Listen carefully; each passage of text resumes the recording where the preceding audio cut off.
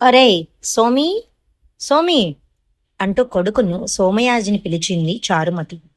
ఏంటి అంటూ వచ్చాడు లోపల నుంచి సోమయాజి. వచ్చే ఆదివారం మీ నాన్నగారి తద్దినం పంతులకి చెప్పావా అడిగింది. చూద్దాంలే, ఇంకా వారం రోజులు టైం ఉందిగా అన్నాడు సోమయాజి. సమయానికి పంతులు దొరకద్దు, తూతూ మంత్రాలు చదివే పంతుల్ని తీసుకొస్తే పళ్ళు రాలగొడతాను అంది కోపంగా.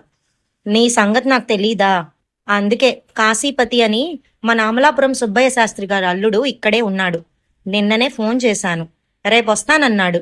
అప్పుడే మాట్లాడొచ్చులే అంటూ లోపలికి వెళ్ళాడు సోమయాజి. ఏమిటో దేనికి తొందరపడడు కదా. కాశీపత రేపొస్తాడా? రాని మాట్లాడదాం అంటూ వంటింట్లోకి వెళ్ళింది చారుమతి. కాశీపతి సెల్ మాట్లాడుతూ వచ్చాడు.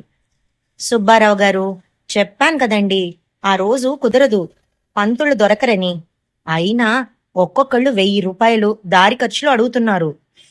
అలాగే అంటారా? సరే, అలా అయితే పంపిస్తాను. డబ్బులు వాళ్ళకేం ఇవ్వకండి, నేనే వచ్చి తీసుకుంటాను.